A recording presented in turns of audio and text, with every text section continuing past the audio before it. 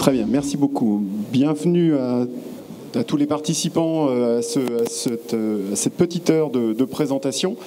Je m'appelle Frédéric Ravilly, je fais partie du pôle mer Bretagne Atlantique, donc qui est un cluster qui accompagne les entreprises dans leurs innovations. Et on va vous présenter, et les entreprises vont se présenter également, une manifestation, un événement qu'on avait organisé, une opportunité pour nos membres autour du consortium Océol, donc représenté ici par Amaury, qui vous en dira un petit peu plus. Donc l'objectif pour nous aujourd'hui, c'est de vous présenter les candidats à cet appel à manifestation d'intérêt. L'objectif de cet appel était de pouvoir identifier des entreprises pertinentes pour un consortium comme Océol, qui est porté par plusieurs entreprises, notamment Equinor, qui a pour objectif d'accompagner dans leur développement économique et en répondant aussi à des problématiques rencontrées par ces entreprises, par le consortium, d'accompagner des entreprises dans leur développement économique pour évidemment essayer de trouver des solutions gagnantes-gagnantes pour l'un comme pour l'autre. Alors le déroulé de cette heure qu'on va passer ensemble sera le suivant. Donc je vais vous présenter rapidement le pôle mer. Ensuite Amaury dira quelques mots sur l'AMI proprement dite, plus en détail. Et puis ensuite on laissera la parole à nos différents candidats qui vont vous présenter les solutions qu'ils ont proposées à cet appel à manifestation d'intérêt. Cet après-midi, donc le jury se tiendra pour délibérer. Et, on retiendra donc les lauréats qui seront présentés lors d'une manifestation demain sur le stand Bretagne, alors de mémoire qui doit se dérouler à 11h, de 11h à midi sur le stand Bretagne. Donc voilà, pour ceux qui veulent voir le dénouement de cette AMI, ça se produira demain sur le stand Bretagne. Juste pour terminer, avant de présenter le pôle mer, vous dire que cet appel à manifestation d'intérêt, il est donc coporté par le consortium Océol et le pôle mer Bretagne Atlantique, mais il est aussi supporté par des clusters, par le cluster Néopolia, qui est un cluster d'entreprises, notamment en Pays de la Loire, avec un certain nombre d'acteurs également en Bretagne, cluster industriel, ainsi que Solutions Éco, qui est la structure de développement économique de la région Pays de la Loire, et sans oublier également l'IMP, l'Institut maritime de prévention, mais qui ne pouvait pas être avec nous malheureusement aujourd'hui. Voilà, alors deux mots avant de laisser la parole au consortium, puisque c'est quand même surtout eux le plus intéressant. Deux mots si tu veux passer l'ensemble des éléments. Voilà, deux mots sur le pôle Bretagne Atlantique. Donc on est je suis désolé, je m'éloigne un peu des enceintes parce que ça boucle un peu. Donc voilà, on est une association qui a pour objectif d'accompagner l'innovation de ses membres. Donc on représente environ 440 adhérents, donc qui sont essentiellement des entreprises, avec également des acteurs académiques. Notre métier, c'est de les accompagner dans leurs projets d'innovation, encore une fois, collaborative, et de réussir à les faire travailler ensemble. Donc quelques chiffres, on est présent sur les deux régions Bretagne et Pays de la Loire. On a accompagné un peu moins de 500 projets pour environ 1,2 milliard de budget de R&D depuis 2005. Donc c'est une histoire qui est maintenant un petit peu longue, d'une quinzaine d'années.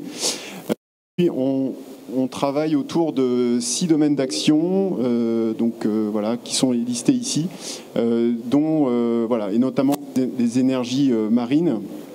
Les ressources énergétiques maritimes. Il faut comprendre que ce thème des énergies marines renouvelables, en l'occurrence, est extrêmement transverse, puisque, et vous allez le voir pendant les séances de pitch, ça adresse évidemment des sujets liés à la sécurité maritime, des sujets environnementaux, des sujets portuaires, des sujets également de navires dédiés aux EMR. Donc on est évidemment sur un thème qui concerne finalement l'ensemble de l'économie maritime. Et c'est ce qu'on va essayer aussi de vous présenter lors de ces pitchs. Voilà, en ce qui me concerne, je vais m'arrêter là. Je vais laisser la parole à Amaury pour vous en dire un petit peu plus sur le consortium Océol ainsi que sur les enjeux de l'AMI proprement dit. Merci beaucoup.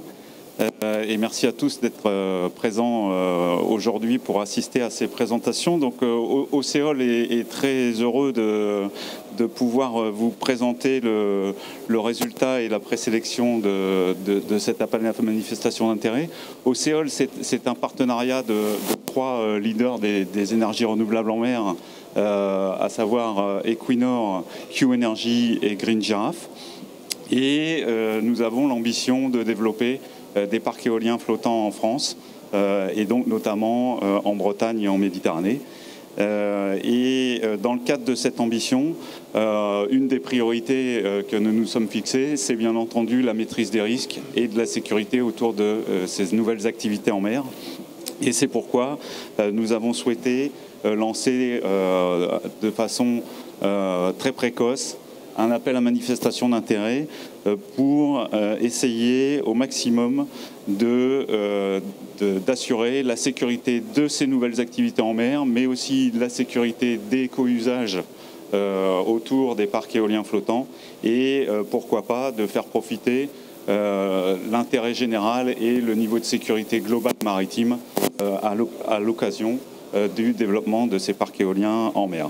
Et donc la méthode, c'est bien entendu de stimuler et de soutenir l'innovation autour de cette thématique de la sécurité avec de nombreuses possibilités, de nombreux thèmes que nous avons listés dans cet appel à manifestation d'intérêt.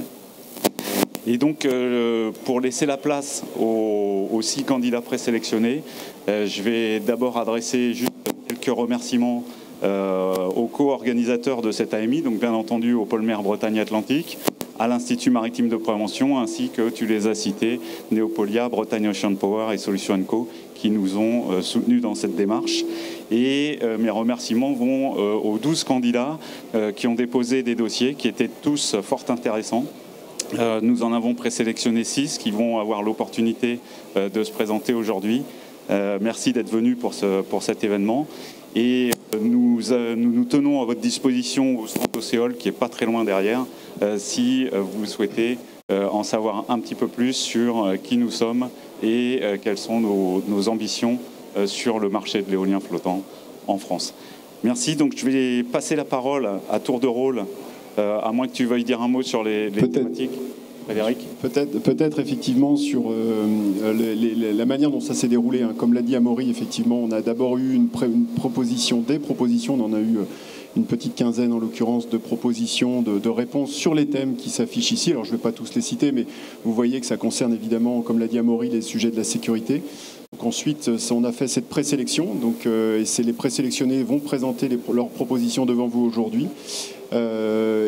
Voilà, il y avait un certain nombre de critères qu'on a retenus en termes de local content, d'aspect évidemment innovant. Pour nous, c'est un critère important, d'intérêt évidemment aussi pour la filière des EMR de manière générale, d'intérêt aussi évidemment pour le consortium Océol. Et puis un critère important pour nos futurs lauréats, c'est aussi ce que peut apporter le consortium et notamment Equinor dans le développement économique des entreprises. Pour nous, en tant que pôle, ça c'est un sujet clé, c'est-à-dire qu'on est là pour essayer justement de favoriser des rencontres qui ne sont pas toujours simples entre des grands groupes et des entreprises de plus petite taille, voire des start-up. Et donc l'objectif, c'est vraiment ça. Enfin, un des critères était vraiment de savoir est-ce qu'en étant lauréat, Equinor notamment, et puis globalement le consortium Océol, est-ce qu'ils vont vraiment pouvoir amener quelque chose. Donc ça a été aussi un des critères pour nous qu'amenait évidemment Océol de choix des lauréats. Donc c'était vraiment pour nous un objectif de situation gagnant-gagnant. Voilà. Merci. Donc, place aux présentations des candidats. On les a pris dans l'ordre alphabétique des noms de sociétés et donc il revient à la société Agiltech et à monsieur Anthony Huberti de démarrer le bal. Juste le temps d'afficher la bonne présentation. Donc merci au consortium Océol et également au pôle mer Bretagne-Atlantique pour nous avoir proposé donc cet appel à manifestation d'intérêt qu'on a trouvé bien évidemment très intéressant. Donc on a répondu et on a la chance d'être présélectionné. Donc mon travail ce matin va consister à vous expliquer dans les grandes lignes en quoi notre solution permettrait de répondre à l'une des problématiques, voire plusieurs problématiques qui ont été évoquées en introduction, à savoir la sécurité des différents acteurs en mer. Il faut savoir que Agiltech... Pour passer les slides. D'accord, ok, merci. Donc il faut savoir qu'Agiltech, qui a été une société créée en 2004, est spécialisée dans les technologies de la mobilité dans 2 secteurs principaux, à savoir le terrestre, son secteur historique, système de surveillance des trafics, de transport de passagers, billettique dans le bus par exemple. Mais depuis 2015, c'est étendu au domaine maritime. Agiltech est l'un des 2 opérateurs nationaux de la surveillance des pêches. Donc, c'est une société qui est habituée à travailler avec cet acteur maritime, qui est un acteur ancestral et très important, et qui, je pense, aujourd'hui est un des acteurs avec lequel l'éolien a le plus d'intérêt à coopérer et à collaborer pour que tout se passe bien. Donc Agiltech, qui est opérateur national de la surveillance des pêches, est habitué à travailler dans le cadre de réglementation qui réglemente en fait l'activité de pêche elle-même et la géolocalisation des navires de pêche, qui fait que nous avons des systèmes embarqués à bord de ces navires, des systèmes qui transmettent la géolocalisation par satellite. Dans certains cas, ça peut être par satellite ou aussi par d'autres technologies cellulaires. Tout dépend en fait de la distance à la côte, de la taille du navire, de la topographie globale de la côte. Mais bon, ce sont des technologies de collecte d'informations et de transfert qui est récupérée à terre et après mise à disposition pour les acteurs de contrôle sur des systèmes d'information, de sorte de logiciels de supervision qui permet de traiter le flux et de pouvoir réaliser un travail de surveillance maritime. L'un des exemples qui est assez parlant, c'est, prenez l'exemple de la tour de contrôle qui va contrôler tous les avions en approche. Bah, c'est un peu la même chose, mais dans le domaine, sur une map maritime. Donc le projet qui a été proposé dans le cadre de cette AMI, c'est un dérivé de ce que Agiltech en fait sait faire, c'est-à-dire l'utilisation des flux de géolocalisation qui sont disponibles. Donc vous avez principalement deux sources qui peuvent être exploitées. Donc la première, celle que je vous ai citée, c'est-à-dire la couche réglementaire. Tous les navires de pêche professionnels pêchant avec licence doivent être équipés d'un système de géolocalisation à partir de 12 mètres. La réglementation tente à se développer et ça tente à descendre. On commence à équiper les premiers navires, on va dire, petits côtiers. Et il y a aussi une autre réglementation qui est en rapport avec l'Organisation internationale maritime, qui est un outil d'aide à la navigation basé sur technologie de radiofréquence qui s'appelle l'AIS. Et cette information, en fait, est une information pour le coup libre d'accès, c'est-à-dire que les navires sont équipés de systèmes qui va diffuser les informations concernant leur identification et aussi leur position, leur cap, la route, l'origine. Il y a tout un tas d'éléments informationnels en fait dans le message. Et ces informations en fait sont récupérables puisqu'elles sont censées être récupérées par d'autres récepteurs AIS dans la zone, ce qui permet en fait à deux navires de communiquer et de pouvoir se déplacer dans un espace commun. Le système proposé donc par Agiltech est un système qui repose dans un premier temps sur l'utilisation de l'existant pour réduire au maximum les coûts et permettre une analyse la plus pertinente possible. Comme vous l'avez bien compris, on est sur des systèmes embarqués. Ça veut donc dire qu'on est sur des systèmes que l'on appelle dits de coopération.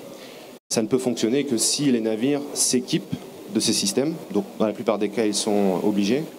Et dans le cas de l'outil de navigation, il faut que le système soit actif, puisque ces systèmes peuvent être également éteints. On verra ce deuxième volet par la suite. Mais restons sur cette première approche. Donc, dans cette approche dite de coopération, le but est donc de pouvoir mettre en place un système qui va qui va mapper l'environnement autour du champ éolien, qui va identifier les zones dites sensibles, les zones autorisées à la navigation, interdites, autorisées à la pêche. Ça dépendra aussi du niveau d'inclusion qu'on pourra avoir entre ces deux acteurs. Le but étant vraiment d'optimiser cette cohabitation.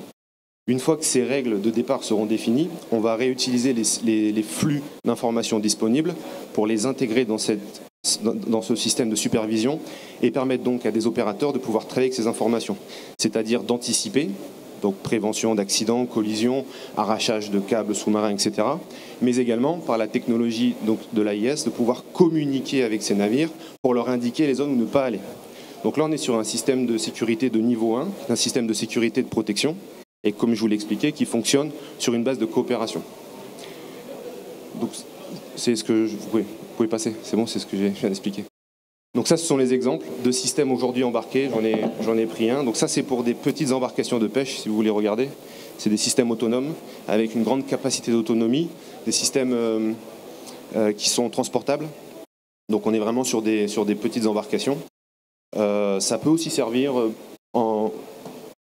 ça peut servir aussi sur d'autres types d'embarcations, pas uniquement sur les embarcations de pêche. Ensuite, le deuxième niveau de sécurité, donc là, on gravit d'un échelon, et là on rentre dans l'optimisation de la prévention des risques. Et là on doit forcément s'équiper d'autres outils, dits de détection, d'identification, et là on n'est plus du tout sur la coopération. On va être je terminerai juste sur cette phrase, on va être sur des systèmes qui sont connus, utilisés par la marine nationale, marine marchande ou même militaire, sur la technologie de radar, de caméra optique infrarouge, où là on va être plus dans la détection des navires qui ne jouent pas le jeu et qui peuvent potentiellement représenter un risque pour l'infrastructure éolienne. Donc je terminerai du coup là-dessus. Au niveau des retombées, je pense qu'au travers de mon discours, vous avez pu comprendre en termes de sécurité, de réduction des risques, de coûts matériels dans le cas d'une collision, de prévention des pollutions, puisqu'un accident, potentiellement, ça peut provoquer une pollution. Et en termes scientifiques, juste pour terminer là-dessus, une petite curiosité, on sait le phénomène en fait ce qu'on appelle des dispositifs de concentration artificielle. Par exemple, si vous prenez des roches enfouies sur le fond marin, ça peut créer un habitat naturel et donc inviter ce qu'on appelle la production phytoplancton, zooplancton, qui va derrière attirer aussi les poissons, à voir si l'infrastructure éolienne peut aussi représenter une sorte de réserve qui va profiter en fait à la production halieutique. Ça, c'est quelque chose qu'on pourra voir avec ce système lors de l'analyse historique en fait, pour voir l'activité des navires de pêche, etc. Voilà, je vous remercie de m'avoir écouté. Merci beaucoup Anthony. Merci beaucoup. Donc effectivement, un petit critère important, 6 minutes pour les intervenants. Voilà, donc petit débordement, mais c'est pas grave, on a un petit peu de marge. Merci beaucoup Anthony. On va passer au deuxième intervenant, toujours dans la liste alphabétique. Donc je vois que AMG se prépare, effectivement, je pense que ça doit être vous. Bonjour, je me présente Jean-Luc Alanic, je suis créateur de l'entreprise AMG Microwave. L'entreprise existe depuis l'an 2000 et on est situé à Lannion. Nous sommes un bureau d'études indépendant en électronique, radio et on est connu pour tout ce qui est les radars qui vous ont flashé. On y était un petit peu à l'origine. Mais petit à petit, on s'éloigne un petit peu de ces applications qui ne sont pas très recommandables. Donc on a un atelier de prototypage, on fait du sourcing et en électronique actuellement, le sourcing c'est très important. Alors actuellement on est leader dans notre marché, on fabrique et on commercialise des bouées de signalisation maritime. Alors tout simplement ce sont des bouées qui communiquent avec le radar du navigant. On envoie une lettre, un signal très spécifique lorsqu'il y a un danger et lorsque le navire arrive à proximité de cette bouée. Cette bouée peut indiquer aussi un chenal, un axe de navigation. Actuellement, on a installé des bouées au-delà du cercle polaire, en Corée, un peu partout dans le monde. Alors sur l'idée de cette bouée, on s'est dit, en voyant le projet AMI, c'est nickel, c'est un bon projet pour mettre en lumière déjà ce que l'on fait, et ensuite pour rajouter une nouvelle fonction, c'est-à-dire une fonction de sonar. Donc on a appelé ça la bouée Soracon. Alors bien entendu, l'intérêt d'avoir une bitechno, c'est avoir des informations et par les radars et par les sonars. Parce que dans la navigation, on va avoir des multiples usagers, des plaisanciers, des pêcheurs, ils ne sont pas tous coopératifs. Et le mix des deux informations, et radar et sonar, sera très utile pour analyser l'ensemble de l'activité autour des parcs éoliens. Donc j'ai présenté un petit peu, je me suis mis un petit peu dans la gestion de projet. Il n'empêche que pour adapter nos produits Racon aux spécificités du parc éolien et pour prendre correctement tous les besoins des gestionnaires, il faut un peu de temps parce qu'on a besoin d'interfaçage. Aujourd'hui, nos bouées sont complètement autonomes.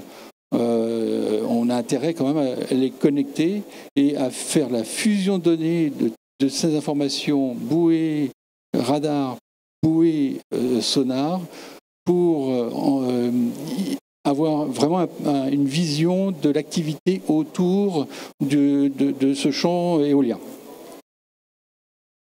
Alors, l'intérêt, déjà, nous, ce projet rentre complètement dans notre feuille de route de développement. Donc on limite quand même beaucoup les risques, parce que déjà participer, avoir des contacts avec Océol et avec des acteurs de ce type, ça nous permet de gagner du temps. On fait la réutilisation de nos travaux pour appliquer à un domaine qui est très connexe et qui a ses besoins. Par ailleurs, on réutilise les travaux que l'on fait en radar dans la gestion des signaux sonars. Donc là aussi, on fait de la réutilisation. Et puis, pour nous, c'est d'avoir un produit facilement installable. Très rapidement, on peut l'envoyer au bout du monde. Les acteurs l'installent et puis ils deviennent autonomes et récupèrent les données et il n'y a pas d'infrastructure. Enfin, l'infrastructure est minimale. Alors, nos attentes pour la présentation de cet AMI, c'est déjà bien préciser les besoins. Parce que dans toute ma vie de développement de produits, on ne prend jamais assez de temps pour identifier les vraies problématiques. Donc, déjà, participer à cet AMI, c'est d'avoir les contacts avec les points d'entrée, c'est-à-dire les acteurs de l'éolien, les centres de recherche et puis le pôle mer qui peuvent nous renseigner et nous mettre en relation avec les représentants plaisanciers, pêcheurs, transports et puis acteurs. Donc ce qu'on recherche aussi, c'est des données techniques. Tout le monde, il y a une difficulté des fois à avoir vraiment le bon contact pour avoir la bonne information et puis pour avancer plus vite. Et donc, à un moment ou un autre, on aimerait tester nos produits. Et là, pour le coup, on espère avoir le bon contact avec Océol. Voilà, pour plus d'informations, n'hésitez pas pour aller sur notre site. Merci beaucoup. Alors voilà, on est pile dans les temps, donc c'est parfait. On va passer à l'intervenant suivant. Alors, Brittany Aviation, voilà. C'est à vous pour 6 minutes. Merci. Bonjour à tous. Alors, Brittany Aviation, alors pourquoi nous sommes tous ici aujourd'hui ? C'est avant tout pour sécuriser la trajectoire de croissance des énergies maritimes renouvelables. Et pour ça, ça passe par un objectif, c'est l'apport d'innovation dans l'environnement de l'offshore wind farm que l'on connaît actuellement. Donc, nous, on a 3 objectifs sur ce modèle de pensée. C'est définir au mieux l'index de productivité, le coût de production. La deuxième chose, c'est le contrôle et l'optimisation de l'impact environnemental. Et le troisième, c'est l'objet de l'AMI d'Océol aujourd'hui, c'est la sécurisation des personnes et des biens lors de la production. Je vais vous présenter rapidement Brittany Aviation et ses compétences. Donc nous, on est des opérateurs, on n'est pas des opérateurs aériens, on est des organisateurs d'opérations aériennes et aéromaritimes, ce qui vole au-dessus de l'eau, avec 3 pans d'activité. D'abord l'activité de conseil, on est capable de conseiller quels sont les acteurs les mieux adaptés et qui sont en conformité avec la réglementation internationale. On met en forme aussi toute la partie structure administrative et requirements. Et on accompagne aussi ces acteurs sur l'édition de leur PIM et puis de leurs ERP, de Emergency Response. On est aussi architecte de solutions, c'est-à-dire quand on a défini la documentation et la réglementation, on trouve l'acteur qui répond à la problématique posée. Et on audite, on certifie après les opérations, les plateformes d'élite transfert, etc. On a constaté, de fait, de notre position un peu particulière sur le marché-là, on a constaté un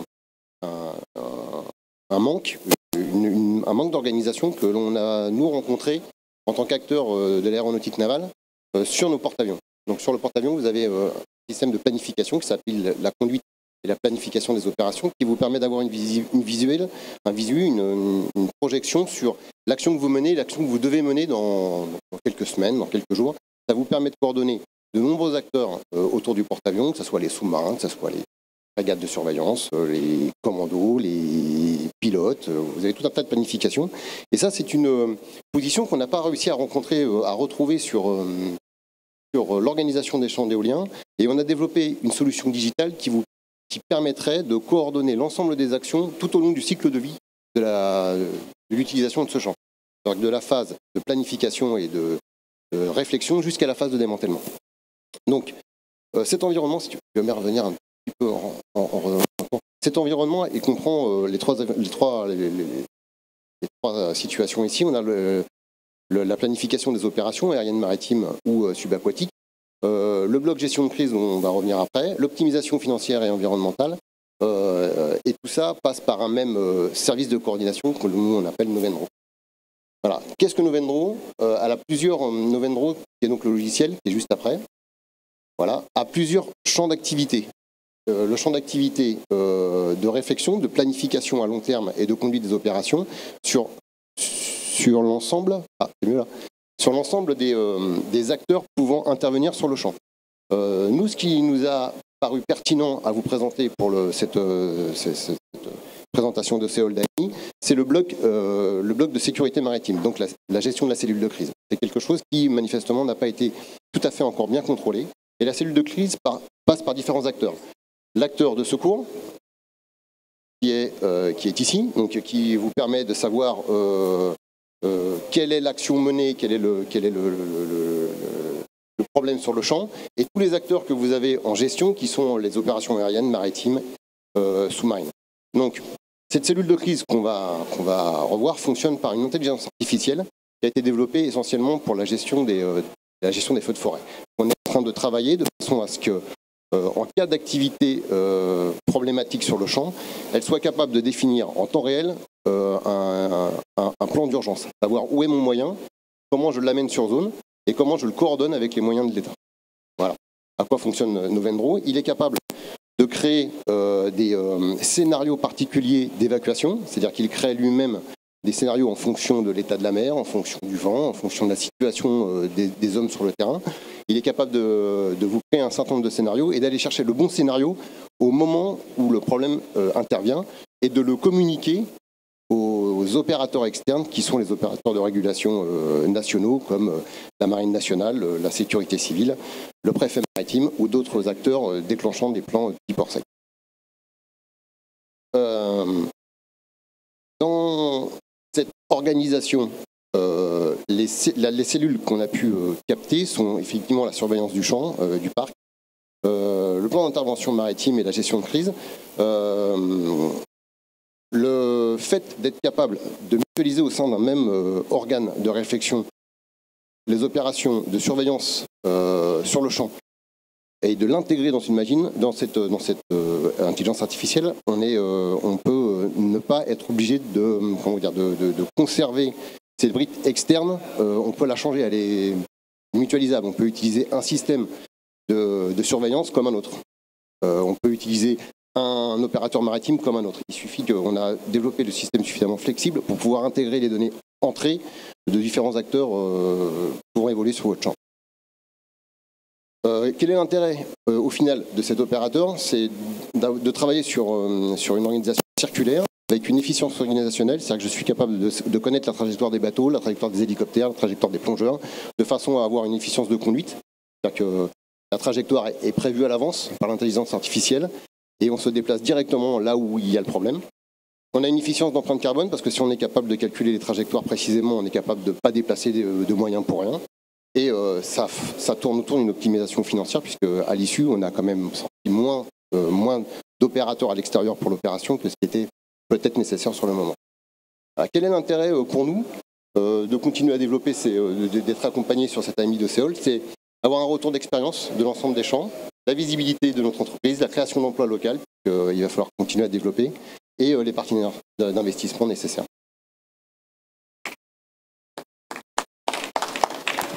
Merci beaucoup. Alors j'espère que vous nous entendez bien, parce qu'on m'a fait un petit commentaire, ouais, c'est un peu moyen dans le fond. On va essayer de parler bien fort. Alors Amaury, quel est le suivant? DNG avec son Speed Rescue. Monsieur Thébault, à vous pour 6 minutes. Okay. Bonjour à tous. Alors,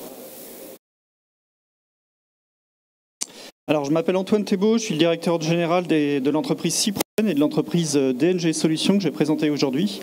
On est vraiment reconnu, nous, aujourd'hui, plutôt sur Cyprovenne, puisqu'on a eu la chance, en 2018, d'avoir un de nos navires présents ici au Havre, justement, pendant les Assises de la mer. Et donc, on avait fait un petit peu de bruit à ce moment-là. Voilà, c'est ce navire, donc c'est un navire autonome, hein, complètement autonome d'un point de vue décisionnel et énergétique aussi, puisqu'il est complètement électrique. Et c'est un navire qu'on envoie en mer pendant plusieurs mois, jusqu'à 10 mois, pour collecter différentes données et pour aussi finalement faire de la surveillance de zone. Donc c'est là-dessus qu'on est connu. Donc en fait, c'est notre référence puisqu'on est expert en robotique marine. Et aujourd'hui, le sujet qu'on présente, en fait, c'est lié à notre deuxième activité, qui est la société DNG Solutions, si on peut voir la slide d'après, où on a développé là aussi deux plus petits porteurs, le Speed Rescue et le Speed Survey, qui sont en fait des petits vecteurs téléopérés et gonflables qui vont pouvoir justement, pour nos clients, permettre deux choses. Le Speed Rescue qu'on va présenter aujourd'hui, justement pour faire du sauvetage en mer, tout simplement, je vais le présenter. Et le Speed Survey plutôt pour des applications défense ou scientifiques, puisqu'on peut mettre à peu près 80 kg de charge utile dessus pour mesurer différentes choses. Donc le Speed Rescue plutôt, c'est un vecteur qu'on a voulu très simple, très léger, très maniable et très facile à piloter. Donc c'est un petit vecteur téléopéré complètement électrique. On a une petite turbine en fait qui permet la propulsion du vecteur et complètement gonflable, c'est-à-dire qu'en fait c'est un vecteur qui est sous haute pression et qui va permettre justement aussi de gagner aussi en termes d'espace et d'encombrement lorsqu'on va intervenir ou lorsqu'on va le stocker. Et le mieux pour présenter ce genre de produit, c'est une vidéo. Alors j'espère qu'elle va marcher. C'est une petite vidéo que j'ai fait derrière. Donc voilà, je vais pouvoir commenter. En fait, c'est une solution qu'on veut gonflable. Alors on va le voir au début de la vidéo. En fait, on l'a lancé là dans cette manière-là, mais en fait, on le livre en fait dans un caisson étanche qui est à peu près grand 1 mètre 20 de large. Et ce vecteur en fait va se gonfler automatiquement quand il va tomber à l'eau instantanément, et on va pouvoir justement directement opérer le vecteur pour aller chercher la personne qui est tombée à la mer. On peut soit embarquer un sauveteur directement sur le Speed Rescue, et le sauveteur va pouvoir ramener la personne en danger si elle est par exemple inconsciente. Et donc c'est un vecteur qu'on va pouvoir justement déployer très facilement un peu partout, soit depuis une plage, soit depuis un bateau de la SNSM, ou forcément sur notre sujet, par exemple lorsqu'on a des travaux sur des parcs éoliens, on peut tout à fait aussi déployer ce genre de vecteur très rapidement. Donc on a une vitesse aujourd'hui qu'on a bridée nous à peu près à 20 nœuds, parce qu'on pourrait aller plus vite, mais dans la plupart des usages on n'a pas forcément besoin d'aller plus vite. Et donc voilà, on peut tout simplement avoir deux personnes dessus, le sauveteur et la personne à sauver, ou seulement le vecteur vide. Et on a une portée aujourd'hui qu'on a limitée à 400 mètres, puisque c'est plutôt une opération qu'on fait à vue. Finalement, on a aussi possibilité d'avoir des options avec des balises GPS. Si par exemple la personne a une balise GPS sur elle, le vecteur va directement aller sur la personne en question pour faciliter le sauvetage. On a des solutions aussi d'options avec des petites caméras qu'on peut intégrer pour avoir des retours vidéo plus faciles pour le pilotage. Et tout ça finalement va permettre de faciliter les opérations de sauvetage en mer. Et puis on peut mettre la deuxième petite vidéo pour que je finisse de commenter. Donc c'est des vecteurs aujourd'hui qu'on a fini de développer l'année dernière. On a commencé à les commercialiser en milieu d'année dernière. On est sur des produits en fait qu'on a réussi aussi à référencer à l'UGAP, donc ça permet de faciliter les ventes pour nous. On a commencé nos ventes à l'international déjà, notamment du côté d'Abu Dhabi et puis maintenant au Portugal. Et on est vraiment dans le lancement commercial de tous nos produits, avec des produits qui sont complètement aboutis et qu'on essaye de finir. Alors c'est pas la meilleure vidéo, mais qu'on essaye de finir en développement avec de nouvelles options qu'on intègre suivant les cas d'usage qui sont portés par notre entreprise. Voilà, donc je m'arrête ici et s'il y a des questions, je pense que je suis à 6 minutes à peu près. Voilà, merci beaucoup. Merci beaucoup, Monsieur Thébault. Vous êtes bien dans les temps, parfait. Bien, alors on va continuer. 6 systèmes. Alors on a eu une candidature effectivement européenne. Donc Lars, the mic is yours, so for 6 minutes.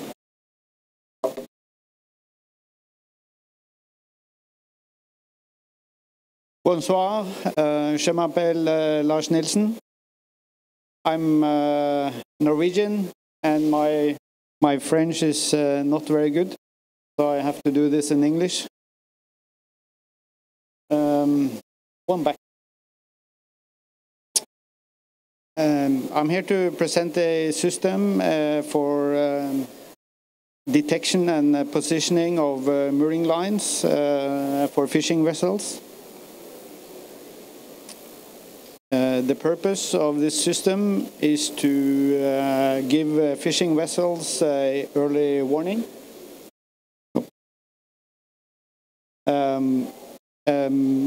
It's also for registration of fishing vessels close to the mooring lines.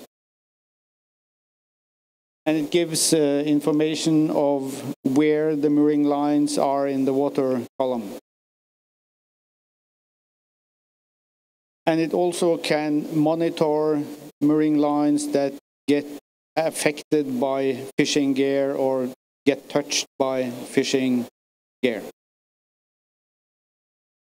And how do we do this? You need a site surveillance system of some sort, can be anyone. You use acoustic units for warning of the fishing vessels. You have tension monitoring and accelerometers in this unit. And these acoustic units can communicate with fishing vessels or the site surveillance system. So this is our suggestion on how to solve this. You can fit this on an H-link that is typically used to connect different mooring elements. It's an intelligent battery-driven unit that do the data computing, storage, and it also includes the accelerometer and acoustics. This intelligent unit can be replaced by an ROV, very simple. And this unit is also installed after the mooring line has been deployed into the sea.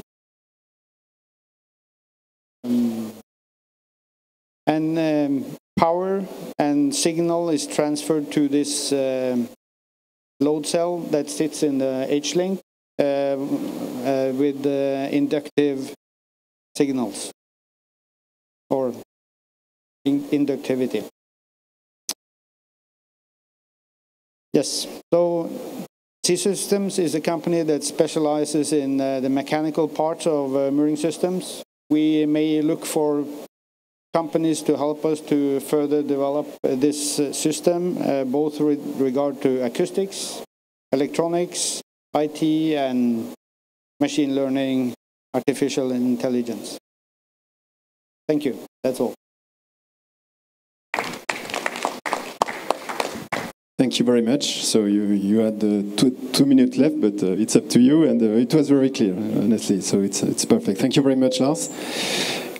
Et donc, last but not least, dernier candidat, voilà, Monsieur Fresneau de la société CID. Voilà, vous avez 6 minutes. Non, je vais vous donner celui-ci. Oui, merci beaucoup pour m'avoir invité à soutenir ce projet. Donc moi, je suis Emmanuel Fresneau, je suis d'une part professeur à l'université en mathématiques et j'ai fondé la société CID qui fait des mathématiques appliquées pour les entreprises, de l'IA pour les entreprises, avec l'objectif d'améliorer les processus. Là, le projet dont je vais vous parler, c'est le projet qu'on a appelé EOLOFNI et dont l'objectif est d'adresser avec une méthode relativement innovante la gestion du risque pour les projets dérivants et l'adresser pour les éoliennes en mer, en particulier dans le cadre du consortium Océol. Voilà. Alors, en premier lieu, je dirais que ce projet est parfaitement aligné avec ce qu'on veut faire chez CID et ce qu'on commence à faire, à savoir développer des intelligences artificielles robustes et pérennes qui sont basées sur des jumeaux numériques. Alors, pour expliquer les choses, disons qu'on considère qu'il y a une réalité quelque part. On construit un jumeau numérique, c'est-à-dire un modèle qui est capable de simuler cette réalité, et grâce à ça, on est capable de grâce à ces simulations, de faire de l'aide à la décision. Donc on fait plusieurs aides à la décision et au fur et à mesure on enrichit ce jumeau numérique et au fur et à mesure des IA d'aide à la décision qu'on développe, on avance vers le pilotage robuste de la réalité qu'on veut contrôler. Alors maintenant, si je décline ça au projet lui-même, l'idée c'est de se dire que le problème de la dérive d'un objet dans l'océan, c'est la réalité qu'on veut contrôler ou dont on veut contrôler le risque. Et donc l'idée c'est de créer un jumeau numérique pour faire ça et de faire, dans le cadre de ce projet, une ou deux premières IA d'aide à la décision pour adresser cette problématique du risque et avancer progressivement vers le pilotage robuste de cette problématique de risque. Alors, pour parler un petit peu d'où viennent les choses, il y a une filiation scientifique sur ce sujet, puisque à l'origine, j'avais développé dans le cadre de mon activité académique une méthode pour traiter des plasmas dans les tokamaks, donc des plasmas pour faire de la fusion thermonucléaire. Et l'idée, c'est que là-dedans, on filtrait une oscillation. Et puis cette méthode, on l'a adaptée après pour de la dérive d'objets dans l'océan sur du long terme, avec l'idée qu'il fallait aussi filtrer la marée si on veut faire de la simulation de dérive d'objets pendant plusieurs mois, puisqu'on doit faire de nombreuses simulations pour arriver à faire une réponse probabiliste à la question du risque, calculer des risques de probabilité de présence d'un objet dérivant dans un endroit à un moment donné. Et donc pour faire ça, il fallait supprimer l'oscillation, sinon ça donnait des simulations numériques qui étaient beaucoup trop longues. Donc on a appliqué cette méthode, on avait fait ça, on avait permis de calculer, là ce qu'on voit là, c'était des histogrammes de probabilité d'échouage. Et l'idée c'est de se dire que ça, ce serait la base pour ce fameux jumeau numérique qu'on voudrait développer pour ce qu'on veut faire maintenant avec ce projet. Voilà, donc je veux maintenant mettre en évidence le fait que le programme de travail pour faire ça, c'est il faut implémenter de façon, on va dire, conforme avec un projet industriel les méthodes qu'on avait déjà développées, sans doute aller en chercher d'autres pour compléter ça, peut-être en particulier pour adresser aussi les problématiques de dérive à plus court terme, et puis mettre tout ça dans une plateforme et dans une bibliothèque pour que des gens puissent travailler, puissent accéder à ces outils. Ensuite, ce qu'on voudrait faire, et là ce serait un travail aussi de site, c'est de se dire on pourrait mettre à disposition de nos clients des API ou des SaaS pour adresser la problématique, et puis, et ça aussi ça fait partie de ce qu'on développe chez SID, c'est faire de l'expertise du conseil, c'est-à-dire s'associer avec une entreprise qui fait du conseil sur du risque d'objets dérivés en mer ou sur du risque en mer pour pouvoir adresser cette problématique avec ces outils. Donc tout ça, c'est parfaitement aligné avec ce qu'on veut mettre en place chez SID, à savoir développer des plateformes, développer des bibliothèques, développer des SaaS et des API pour nos clients. Alors au niveau du déroulement, je pense qu'on pourrait mener un premier projet en tout cas, parce que comme vous le voyez, c'est pas un projet qui est super mûr, donc il va falloir le faire progresser. Donc un premier projet qui pourrait durer de septembre prochain à décembre 2023. Alors je pense qu'il faut qu'on commence par une vraie étude de marché, par une identification des besoins. Et là, j'attends beaucoup justement du consortium parce que je pourrais rencontrer des acteurs du domaine et des gens qui pourraient potentiellement être intéressés par ça directement. Mais je pense qu'il y a aussi au-delà les problématiques, il n'y a pas que l'éolien qui est considéré par ça, il y a peut-être les assureurs, il y a peut-être aussi les ports, etc. Bon, donc ça, c'est quelque chose qu'il faudra faire. Il faudra commencer à faire la fameuse implémentation solide de la méthode. Ensuite, il faudra faire la conquête commerciale, c'est-à-dire qu'une fois qu'on aura identifié quels sont les besoins du marché, on ira voir les acteurs. On mettra aussi l'architecture de la plateforme en œuvre et puis après on commencera à commercialiser à la fois les API, les SaaS et puis les missions d'expertise. Donc là je pense que pour développer cette première phase du projet, il faudrait 2 années sans doute répartis à peu près de manière équivalente entre quelqu'un qui serait plutôt sur l'aspect étude de marché, conquête commerciale et puis les aspects implémentation. Je vous remercie et si vous avez des questions, n'hésitez pas à venir me voir. Parfait, merci beaucoup. Alors effectivement, le lien entre la fusion nucléaire et les EMR, c'était pas trivial, bravo. Je pense que voilà, peu de gens auraient pu le lier facilement. Voilà, donc ces présentations se terminent. Alors, deux choses. D'abord, si vous souhaitez revoir les acteurs, n'hésitez pas à passer nous voir. Alors, un certain nombre vont se promener dans les allées, donc voilà, vous aurez peut-être l'occasion de les croiser. En revanche, on sera présent, nous, Polmer Bretagne Atlantique, sur les deux stands région Bretagne et Pays de la Loire. Vous avez aussi accès au stand Océol, donc si vous souhaitez continuer une conversation avec l'un des présélectionnés à ce stade, voilà, on est là pour faire l'intermédiaire, donc n'hésitez pas. Et puis donc, on va se réunir donc cet après-midi pour définir les lauréats, et donc l'annonce aura lieu demain sur le stand de la région Bretagne à 11h. Voilà, merci de votre attention et je vous souhaite un très bon salon à tous.